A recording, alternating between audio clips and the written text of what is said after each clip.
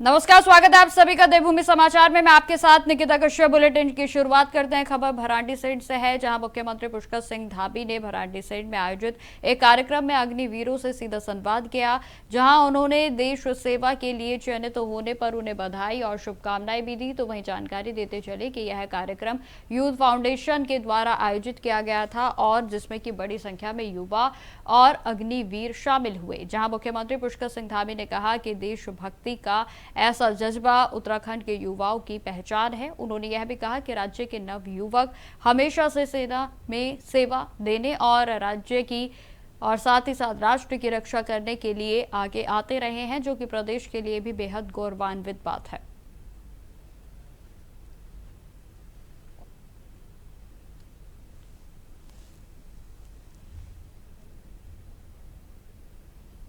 खबर हरिद्वार से है, जहां कलेक्ट्रेट सभागार में सोमवार को सतत विकास लक्ष्य और पीएम गतिशील राष्ट्रीय मास्टर प्लान विजन 2047 विषय पर एक दिवसीय कार्यशाला का आयोजन किया गया और जहां कार्यशाला की अध्यक्षता नियोजन के विभाग के निदेशक डॉक्टर मनोज कुमार पंत की अगुवाई में की गई और जिसमें मुख्य विकास अधिकारी सहित विभिन्न विभागों के जिला स्तरीय अधिकारी उपस्थित रहे। जानकारी देते चले कि इस दौरान स्पेशलिस्ट शैलेंद्र कुमार ने पीपी किट के माध्यम से एसडीजी के लक्ष्यों की विस्तार पूर्वक जानकारी दी और जहां सड़क, रेल, जलमार्ग, हवाई अड्डों और लॉजिस्टिक के नेटवर्क के समन्वित विकास पर भी आधारित पीएम गति शक्ति योजना के महत्व पर जानकारी दी गई। आपको बता दें कि कार्यशाला में वर्ष 2030 तक एसडीजी के लक्ष्यों की प्राप्ति, तो वहीं 2047 तक भारत को विकसित राष्ट्र बनाने के संकल्प को भी दोहराया गया।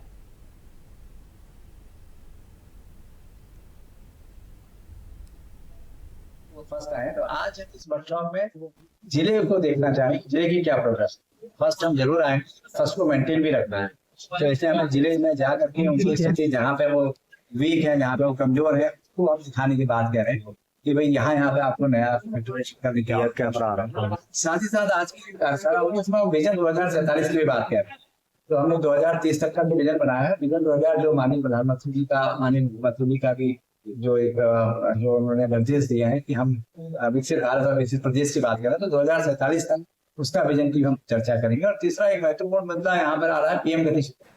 तो पीएम गति शक्ति पे भी हम लोग यहाँ पे पूरे सभी जितने विभाग है उनसे चर्चा करेंगे, जिसमें हम लोग कैसे उसको डीपीआर बनेंगे, पीएम गति शक्ति का कैसे यूज करेंगे, टेक्नोलॉजी का कैसे अधिक से अधिक यूज करेंगे। ये तमाम मुद्दे आज हम लोग यहाँ पे चर्चा करेंगे। आला अधिकारी को निर्देश दिए, किस तरह के निर्देश दिए? उनको विशेष रूप से हमने ये कहा कि जहाँ जहाँ पे आपकी कमियां है, जैसे हेल्थ सेक्टर में कुछ कमियां यहाँ जिले में दिखाई दे रही है, एजुकेशन में लर्निंग आउटकम कम हो रहे हैं, गुणवत्तापूर्ण शिक्षा की बात कही है।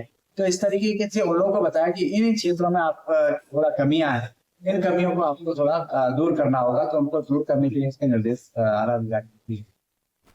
खबर विकासनगर शहर से है, जहां प्रस्तावित रोड वाइंडिंग और एलिवेटेड रोड के मुद्दे को लेकर अब जुबिन नौटियाल और उनके पिता रामशरण नौटियाल ने केंद्रीय सड़क परिवहन मंत्री नितिन गडकरी से आवास पर उनकी मुलाकात की। जहां आपको बता दें कि इस दौरान उन्होंने कहा कि शहर के बीचों बीच सड़क चौड़ीकरण से स्थानीय लोगों की आजीविका के साथ साथ विकासनगर के ऐतिहासिक पहचान पर भी असर पड़ सकता है। और जहां मुलाकात के दौरान उन्होंने परियोजनाओं के वैकल्पिक मार्ग का सुझाव भी दिया और जिससे कि शहर के नुकसान को पहुंचाए बिना ही यातायात व्यवस्था को दुरुस्त किया जा सकता है। और जहां केंद्रीय मंत्री नितिन गडकरी ने मामले की गंभीरता को देखते हुए संबंधित अधिकारियों को तमाम दिशा निर्देश दिए हैं और जहां विकासनगर को प्रभावित किए बिना समाधान का प्रस्ताव भी तैयार किया जाएगा।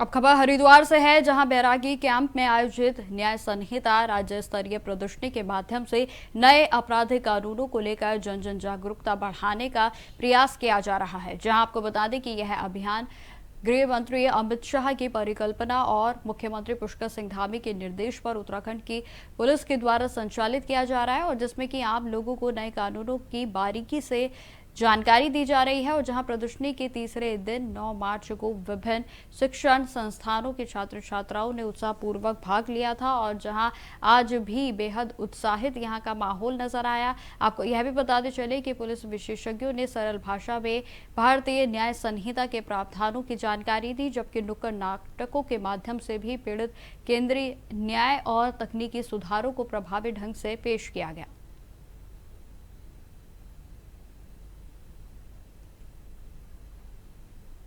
माननीय गृह मंत्री जी की परिकल्पना से और माननीय मुख्यमंत्री जी के दिशा निर्देशन में उत्तराखंड पुलिस द्वारा ये एक विशेष न्याय संहिता पर एक प्रदर्शनी आयोजित की जा रही है। आज से पहले अगर हम बात करें 2024 या 23 की बात करें तो लोगों क्या डर जाते थे, कुछ भी होता था, केस हो जाएगा, ये हो जाएगा, और लोगों को नॉलेज नहीं थी और बहुत आप देखेंगे बहुत डिफिकल्ट होता था, लोग जाएंगे प्रोसेस करेंगे, पर अभी बहुत इजी वे हो गया है। मतलब हमें पता नहीं था, सोशल मीडिया पे भी हमें इतना पता नहीं चल पाता कि हमारा क्या कानून है, और हमें इधर आके ये पता चला कि हमारा क्या कानून है और कैसे हर चीज़ चलती है। और यहाँ पर आके मैंने बहुत कुछ सीखा कि जैसे अभी कोई भी क्राइम हो गया तो हमें सबसे पहले क्या करना है, हमें सबसे पहले पुलिस को इन्फॉर्म करना है और उस क्राइम सीन पे जाना नहीं है। ये हमें बहुत सारी नॉलेज मिली यहाँ पर। अब खबर हल्द्वानी से है, जहां एलपीजी गैस की बढ़ती कीमतों के बीच कुमाऊं मंडल ने प्रशासन पूरे तरीके से अलर्ट नजर आ रहा है। जी हां, आपको बता दें कि दीपक रावत ने मंडल के सभी जिलाधिकारियों को गैस सिलेंडरों की कालाबाजारी पर कड़ी निगरानी रखने के निर्देश दिए ताकि आम लोगों को एलपीजी सिलेंडर आसानी से उपलब्ध हो सके। और हाल ही में एलपीजी सिलेंडर की कीमतों में करीब 60 से 115 रुपए तक की बढ़ोतरी हुई है, जिससे आम लोगों की चिंता बढ़ गई है। तो वहीं जानकारी के अनुसार इजरायल, अमेरिका और ईरान के बीच बढ़ते तनाव और युद्ध जैसे हालातों का असर वैश्विक बाजार पर भी पड़ रहा है, और जिसका प्रभाव अब एलपीजी सिलेंडर गैस की कीमतों पर भी देखने को मिल रहा है। और जहां कीमतों में बढ़ोतरी के बीच कई जगहों पर कालाबाजारी की शिकायतें भी सामने आने लगी हैं।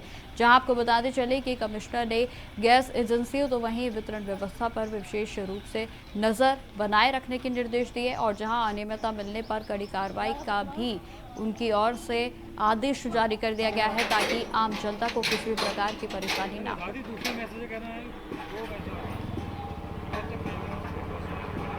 और देखिए, आपका कंसर्न सही है और मेनली मुझे लगता है कि जो हमारी कुकिंग गैस है उसमें ऐसा हो सकता है कि कुछ लोग इसको लेके पैनिक करें, या फिर ऐसे जो एलिमेंट्स हैं जो इस तरह की कालाबाजारी करते हैं, गैस की होर्डिंग करते हैं, फिर उसको बढ़े हुए रेट्स पे बेचते हैं। तो ऐसी चीज़ें ना हों, इसको लेके मैंने एक तो डीएसओस को, डीएम्स को और विशेषकर केएमवीएन, क्योंकि यहाँ पे सप्लाई देख रही है, उसको डायरेक्शंस दिए हैं कि एक तो जो गोदाम से माल निकलता है उसका मिलान, सेकेंडली जहाँ पे ठेकेदार हैं या अथवा निगम भी खुद कर रहा है उसमें जो रूट है इसका, उन गाड़ियों पे जीपीएस लोकेशन कहाँ पे कितनी देर रुक रही है, यदि कहीं पे ऐसी कोई संभावना बनती है कि सिलेंडर्स डाइवर्ट हो रहे हैं या उससे रिफिलिंग हो रही है, इसको चेक किया जाए। साथ ही साथ मैंने ये भी कहा है कि जो ऐसे ऑपरेटर्स हैं जो कि छोटे सिलेंडर्स में गैस भर के बेचते हैं, बहुत सी पॉपुलेशन को जिनके पास कनेक्शंस नहीं होते उनको दिए जाते हैं, उन पे भी इस बीच छापेमारी की जाए।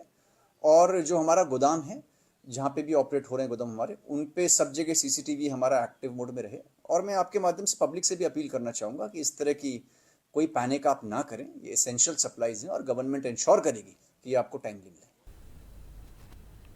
अब खबर काठगोदाम से है, जहां नरीमन के तिराहे से गोला पुल तक चल रहे सड़क चौड़ीकरण कार्य का निरीक्षण एपी वाजपेयी ने किया, और जहां नगर आयुक्त परितोष वर्मा ने संयुक्त रूप से निरीक्षण किया है। आपको बता दें कि निरीक्षण में जानकारी दी गई है कि मार्ग पर मौजूद अधिकांश अतिक्रमण को हटा दिया गया है, और जहां शेष को भी हटाने की कार्रवाई पूरी कर ली गई है। और इसके बाद विद्युत विभाग के पोल शिफ्टिंग किया जाएगा, जबकि सीवर लाइन बिछाने का करीब 50% कार्य लगभग पूरा हो चुका है। जानकारी यह भी देते चले कि जमरानी खंड के भी अस्थायी निर्माण को हटाने के निर्देश जारी कर दिए गए हैं, और इसके बाद लोक निर्माण विभाग यानी कि पीडब्ल्यूडी के द्वारा सड़क पर डामरीकरण का कार्य किया जाएगा।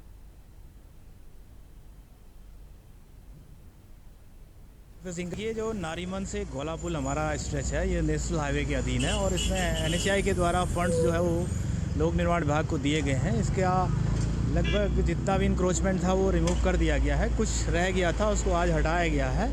और इसमें कुछ यूटिलिटीज़ शिफ्ट होनी है, जिसमें खासकर यूपीसीएल के विद्युत पोल्स हैं, उनको कहा गया है कि कल से इसको काम शुरू करेंगे। और हफ्ता 10 दिन में से पूरा करेंगे। साथ ही जमरानी खंड के भी कुछ स्ट्रक्चर्स हैं वो 20 तारीख तक हटाने की तिथि नियत की गई है। जल निगम के द्वारा यहाँ पर सीवर लाइन बिछाने का काम किया जा रहा है, जो लगभग 50% पूरा हो चुका है। उसे भी हफ्ते 10 दिन में पूर्ण करने का उनको निर्देश दिया गया है। उसके बाद लोक निर्माण विभाग के माध्यम से इसकी सड़क को नए सिरे से बनाने के लिए ग्रेडिंग और उसकी सरफेसिंग का काम किया जाएगा। खबरों में आगे बढ़ते हैं। उत्तराखंड में ईद से पहले जरूरतमंद मुसलमानों के लिए एक बड़ी पहल की गई है। जी हां, आपको बता दें कि उत्तराखंड के वक्फ बोर्ड के चेयरमैन शादाब शम्स ने कहा है कि वक्फ बोर्ड के द्वारा प्रदेश के गरीब मुस्लिम परिवारों को ईद किट वितरित की जाएगी, जो कि उन्होंने यह भी कहा कि उत्तराखंड सरकार की इस पहल से गरीब मुसलमान भी 30 दिन के रोजे रखने के बाद अपनी ईद खुशियों के साथ मना सकेंगे। ईद किट मिलने से खासकर गरीब बच्चों और जरूरतमंद परिवारों के चेहरे पर खुशियां देखने को मिल रही हैं।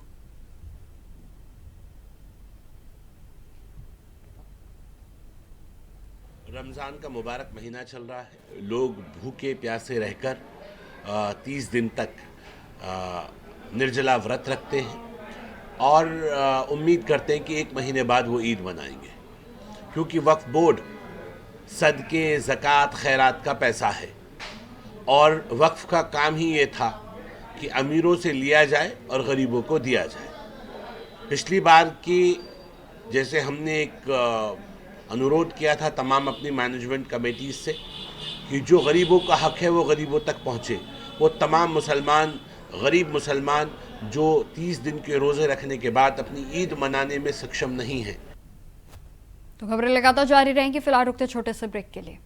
तो ब्रेक के बाद एक बार फिर से स्वागत है आप सभी का। बढ़ते हैं खबरों की ओर। खबर रुड़की से है, जहां झबरेड़ा थाना क्षेत्र के कोटवाल आलमपुर गांव में एक नाबालिग किशोरी के साथ सरेआम छेड़छाड़ की गई। आपको बता दें कि इस घटना के बाद इलाके में जहां एक और तनाव फैल गया, तो वही मामला 2 अलग अलग समुदायों से जुड़ा होने के कारण पुलिस प्रशासन पूरी तरीके से अलर्ट मोड पर है। घटना दोपहर की बताई जा रही है, जब एक नाबालिग किशोरी अपनी 2 छोटी बहनों के साथ गांव की एक दुकान पर सामान लेने जा रही थी कि तभी रास्ते में घात लगाए बैठे आरोपी शुभम ने अचानक से किशोरी को दबोच लिया और जहां उसे जबरन उठाकर एक सुनसान मकान के पीछे ले गया। जहां आपको बता दें, जानकारी के अनुसार वहां आरोपी ने पीड़िता के साथ काफी देर तक अश्लील हरकतें भी की है और इस दौरान किशोरी की छोटी बहन ने हिम्मत नहीं हारी और बीच सड़क पर ही शोर मचाना शुरू कर दिया। और जहां बहनों की चीख पुकार सुनकर वहां से गुजर रहे एक महिला रुकी और जिसने बच्चों से पूरी आपबीती को पूछा और जहां बच्चों ने पूरे आपबीती को बताया। देखते ही देखते गांव के लोग मौके पर जुट गए और जहां आरोपी शुभम को रंगे हाथों पकड़ लिया गया, तो वहीं मामले की सूचना मिलते ही झबरेड़ा पुलिस भी मौके पर पहुंची और जहां आरोपी को गिरफ्तार कर लिया गया है। हमारे जी गांव कोटवाल आलमपुर एक घटना हुई। कोटवाल आलमपुर में एक बच्ची है 9 साल की, कक्षा 2 में, और उसके साथ में हवानियत हुई। वो शुभम उसे उठा कर लेगा सुनसान जगह में, उसके साथ दर्दगी की और भाई उसे ले जाने पर कुछ मोहल्ले के पड़ोसी जो आए, एक महिला आई, उसने सब देखा कई आदमी इकट्ठे हुए, हाँ छेड़छाड़ की गई और पुलिस ने उसे उठा रखा। बयान दर्ज कर रही है, उसमें तारीख दे रखी लड़की वालों ने। सख्त कार्रवाई होनी चाहिए उसके साथ में, उसका कानूनी कार्रवाई होनी चाहिए उसके ऊपर। उस पर जो भी जितनी भी दफा लगनी चाहिए। उन्होंने बहुत गंदगी करी गाँव में, बहुत गाँव में आज तक ऐसा केस नहीं है जो किसी लड़के ने किसी लड़की के साथ 9 साल की केस करा हो। खबरों में आगे बढ़ते हैं। उत्तराखंड विधानसभा के बजट सत्र के दूसरे दिन भरांडी सीट में कांग्रेस प्रदर्शन देखने को मिला है, जहां प्रदेश में कानून व्यवस्था, बेरोजगारी और जनहित के मुद्दों को लेकर कांग्रेस के कार्यकर्ता विधानसभा की ओर बढ़े, लेकिन पुलिस की ओर से उन्हें लगभग 5 किलोमीटर पहले ही रोक दिया गया। आपको बताते चले कि प्रदर्शनकारियों और पुलिस के बीच कड़ाके की ठंड में भी नोकझोंक हुई और जहां स्थिति को नियंत्रित करने के लिए वाटर कैनन का भी इस्तेमाल किया गया और जहां प्रदर्शन में शामिल पूर्व कैबिनेट के मंत्री हरक सिंह रावत और भारतीय जनता पार्टी पर विपक्ष की आवाज को दबाने का आरोप उनकी ओर से लगाया गया है और जहां कांग्रेस का कहना है कि भ्रष्टाचार, भर्ती घोटाले और बढ़ती महंगाई के खिलाफ यह आंदोलन जरूरी था और जहां भरांडी सीट में कांग्रेस का विधानसभा घेराव, पुलिस ने प्रदर्शन को रोक लिया है। मैं कह रहा हूं ना, क्योंकि वो अपनी विपक्ष जब उनकी कमियों को सामने रखना चाहते हैं तो वो बचना चाहते हैं, उनके पास जवाब नहीं है। क्या जवाब देंगे? जो सरकार के पास कोई जवाब ही नहीं है। और जो बजट है निराशाजनक बजट है। ये 1,11,000 करोड़ का 1,11,000 करोड़ का बजट कह रहे हैं, लेकिन इसमें तो 90% तो जो है नॉन प्लान का बजट है। सैलरी का है, जो विश्व बैंक का लोन देना है, रिजर्व बैंक का देना है, एशियन डेवलपमेंट बैंक का लोन देना है, 90% पैसा तो उसमें चला जाएगा। विकास के नाम पर तो 8 पैसा भी नहीं है, 8% भी नहीं है। इसे 111 करोड़ में 1,11,000 करोड़ में मुश्किल से जो है 100-200 करोड़ भी नहीं है विकास के, बिजली, पानी, स्कूल, उसके लिए जो है 100-150 करोड़ भी नहीं है। सब तो ये पैसा जो है नॉन प्लान का पैसा है। तो मैं सोचता हूँ ये उत्तराखंड की जनता को लगातार इन्होंने पिछले 9.5 सालों में छला है इन्होंने, और आज सारे लोग परेशान हैं। अब खबर उत्तराखंड के रामनगर शहर से है, जहां आसपास के ग्रामीण क्षेत्रों में औषधि विभाग की टीम ने मेडिकल स्टोरों पर अचानक से छापेमारी कर बड़ी कार्रवाई की है। और जहां विभाग की टीम के पहुंचते ही कई मेडिकल स्टोर संचालकों में हड़कंप मच गया, तो वहीं कुछ दुकानदार अपनी दुकानें बंद कर मौके से फरार हो गए। आपको जानकारी देते चले कि टीम ने नगर क्षेत्र के साथ ही ग्राम गुजानी के कई मेडिकल स्टोर्स का औचक निरीक्षण कर दवाओं की रखरखाव, लाइसेंस, रिकॉर्ड और अन्य आवश्यक दस्तावेजों की जाँच की। और जहां औषधि निरीक्षक डॉक्टर अर्चना उप्रेती का कहना है कि जांच के दौरान 3 मेडिकल स्टोर्स में अनियमितताएं पाई गई हैं, और इसमें से एक मेडिकल स्टोर को अनियमितताओं के चलते तत्काल प्रभाव से बंद कर दिया गया है, जबकि 2 अन्य दुकानों को नोटिस जारी कर 1 सप्ताह के भीतर स्पष्टीकरण देने के भी निर्देश दिए गए। उन्होंने यह भी जानकारी दी कि कुछ दवाओं के सैंपल भी लिए गए हैं, और जिन्हें गुणवत्ता की जाँच के लिए रुद्रपुर स्थित प्रयोगशाला भेजा जाएगा, और जहाँ जाँच की रिपोर्ट आने के बाद ही आगे की कार्रवाई की जाएगी। विभाग ने स्पष्ट किया है कि अवैध रूप से दवाओं की बिक्री और बिना लाइसेंस के संचालन को किसी भी हाल में बर्दाश्त नहीं किया जाएगा।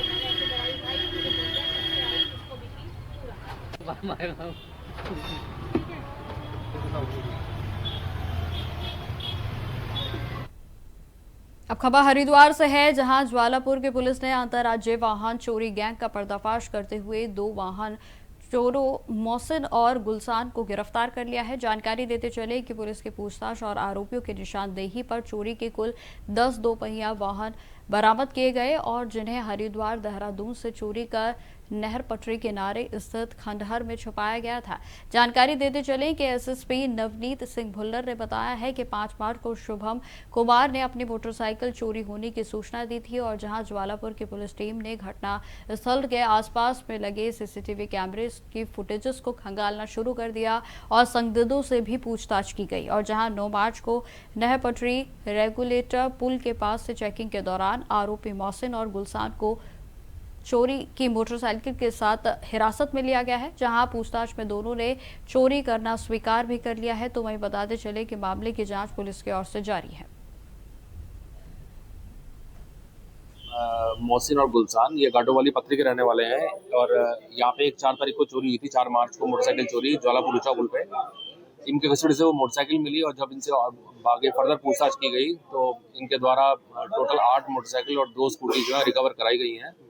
और इनका जो आपराधिक इतिहास है इसके बारे में और थानों से, संबंधित थानों से जहाँ के रहने वाले हैं और आसपास के थानों से जानकारी की जा रही है। इसके अतिरिक्त ICGS पोर्टल से भी जानकारी की जा रही है, और जुडिशियल कस्टडी के लिए आज कोर्ट में पेश किया जा रहा है। सर, क्या उनके साथ और कोई अन्य भी लोग शामिल थे? ये 2 थे? अभी तो ये 2 ही लोग आए थे। अब आगे फर्दर ये देखा जाएगा कि ये कहाँ बेचते थे आगे मोटरसाइकिल, या उनके पार्ट्स बेचते थे या मोटरसाइकिल बेचते थे, उस संबंध में इन्वेस्टिगेशन अभी चल रही है। तो लगातार पुलिस द्वारा कार्रवाई की जा रही है, सत्यापन सर या फिर अन्य चीजों।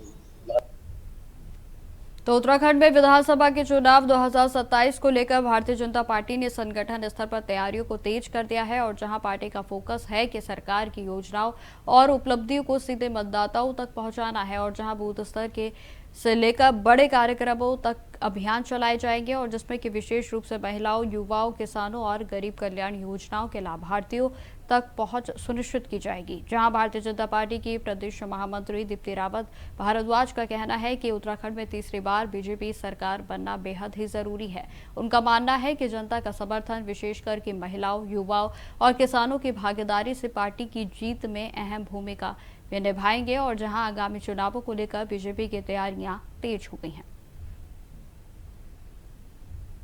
भारतीय जनता पार्टी की सरकार उत्तराखंड में तीसरी बार आना बिल्कुल ज़रूरी है और आएगी, निश्चित तौर पर आएगी और उसमें बहुत बड़ा योगदान जो है हमारी महिलाओं का होगा, हमारे युवाओं का होगा, हमारे किसानों का होगा, हमारी गरीब कल्याण की योजनाओं का होगा।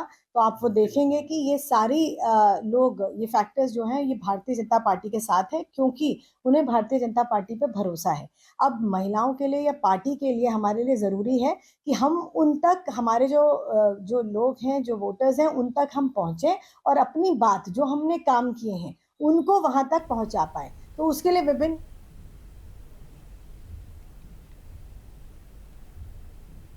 तो फिलहाल मेरे साथ इस बुलेटिन में इतना ही। देश दुनिया की तमाम खबरों की जानकारी के लिए बने रहें हमारे साथ। नमस्कार।